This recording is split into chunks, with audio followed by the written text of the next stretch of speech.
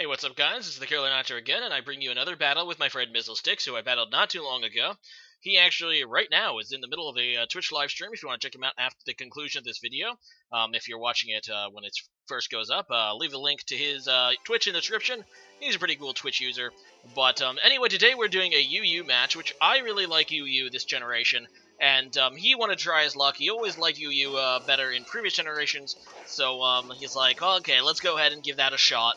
And I'm like, okay, let's do it. I lead with Electros because I kind of figured he would lead with this Aerodactyl looking at his team.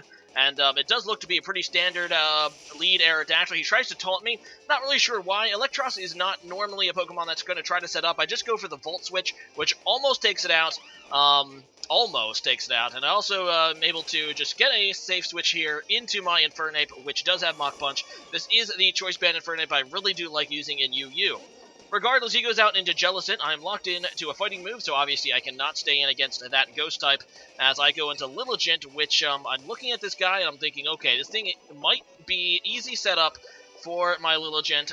Go ahead and try to go for the Quiver Dance, which, as you guys know, is a pretty broken setup move. He does get the Toxic off, which is going to limit my sweeping potential, and then he just goes into Tentacruel, which is a pretty good play because this guy is going to punish me for using my only stab move, which is Giga Drain. Not to mention, even if I get hit by a Sludge Bomb, that would suck.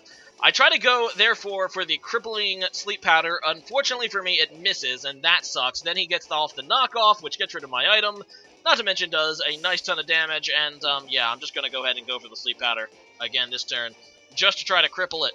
Now, at this point, I'm pretty much dead. I'm going to die to my own Toxic pretty much at the end of next turn, so I'm like, screw it. I'm just going to go and get some extra damage. He ends up playing my Lilligant really nicely, and, yeah, the first sleep really did hurt, I think, my sleeping potential. Regardless, my Lilligant is now dead, and that makes me sad.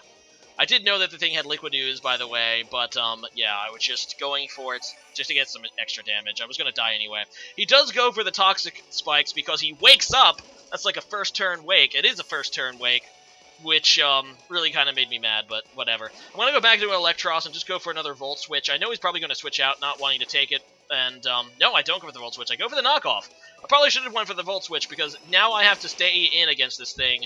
And, yeah, I don't really have any Pokemon that can take this guy's moves that nicely. And I know that it's going to outspeed my Electros, so I kind of just have to Death Fodder it. It doesn't end up killing me.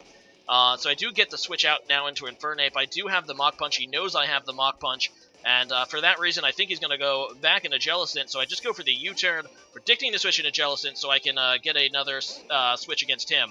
Now, I do get the U-turn, and I go into Electros kind of hoping that I could outspeed. I know both of these Pokemon are super, super slow. But Electros is slightly slower, and he's going to be able to take me out. I mean, at this point, Electros is not going to be able to outspeed anything on his team anyway. So it's pretty much dead.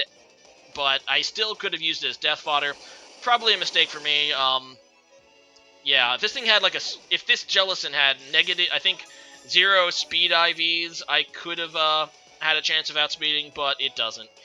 So yeah, I go into Honchkrow and I just go for the Pursuit. He did watch a battle prior to this that I used this same Honchkrow, so he kind of knows that I carry Pursuit, being that I used it in that battle as well. But yeah, so he does stay in, which is a good play for him. He goes for the Toxic. And at this point, this Jellicent is actually scaring me. I don't really have a whole lot of my team that can get, kill it. So I'm like, I have to take this opportunity just to murder it. He knows I have Sucker Punch probably, so he's probably just going to keep trying to spam Recover. I know if I go for a Brave Bird at this point, it should kill, and it does. So it might cost me a bit of HP, but taking that thing out is huge because it was going to be a major problem for me otherwise. It does cost me quite a bit of HP out to the Life Orb, the Recoil, and the Poison, however, as he goes out into Pew Pew Pew, his Porygon-Z. And at this point, I have to predict whether he's going to switch out or attack me. And I predicted correctly there. I did go for the Sucker Punch, predicting that he would try to attack me. But he could have very easily just switched out and Poison stalled me. So it's a very good prediction for me, and I'm able to take out that Porygon-Z before it does anything. And not to mention get another Moxie boost. So he goes for the Toxic Spikes here, not wanting to get hit by my my Sucker Punch, and I made another pretty good play by going for the Roost to get back HP. And now I'm thinking, okay, maybe I can just kill it with a Brave Bird, so that's what I do. And I end up moving first, I think, this turn. I don't know, I guess it was a speed tie, because now I move first and just go for the Brave Bird. Unless Roost is suddenly negative priority. I don't think it is. Oh, I'm pretty sure it's not. But regardless, I guess it was a speed tie because I did move first this turn and just get off the Brave Bird. I think I could have lived anything it did anyway, not really sure. But now I am definitely dead. But it's still nice to get, like, what, 3 kills with this Honchkrow. Honchkrow doing a lot of work. So now that we are going to have a double switch, knowing his remaining team, I decided to go out into Golem. He does have the double layer Toxic Spikes, which is going to kind of ruin this set because this is a sturdy set with the Custop Berry. But actually, it ends up working out. He goes for the superpower, which doesn't quite kill me anyway, as I just go for the Earthquake for super effective damage, which is great because he hits me just low enough that I'm going to be able to survive that one turn of poison and still trigger the Custop Berry. If you guys don't know, Custop Berry is kind of like a one-time use Quick Claw, kind of what Focus Focus Sash is a Focus Band. It activates only when you're at 25% or lower HP, but it's a really nice move for, it's a pretty nice move, or sorry, a pretty nice item for sturdy Pokemon. He goes out into his Amphabulous there, the Ampharos, that I believe he got from Draco Falcone, because I have one that's exactly the same. But yeah, as you can see, I'm able to eat the Custop Berry, which allows me to go first, and then I use Explosion, because I really like to explode. It's just fun. I obviously could have went for the Earthquake, which would have killed it.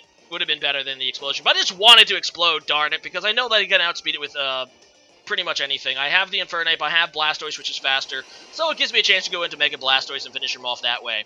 I actually misclicked, I think. I think I used Dark Pulse instead of Dragon Pulse, which is super effective, but it doesn't really matter because the thing's almost dead. But yeah, that's a very good game, Myzlstyx. Definitely nice to see Golem do some work. It's a Pokemon that someone wanted me to use from the chat, and it's like, in the UU? I mean, it's like, what is it, RU? Something like that.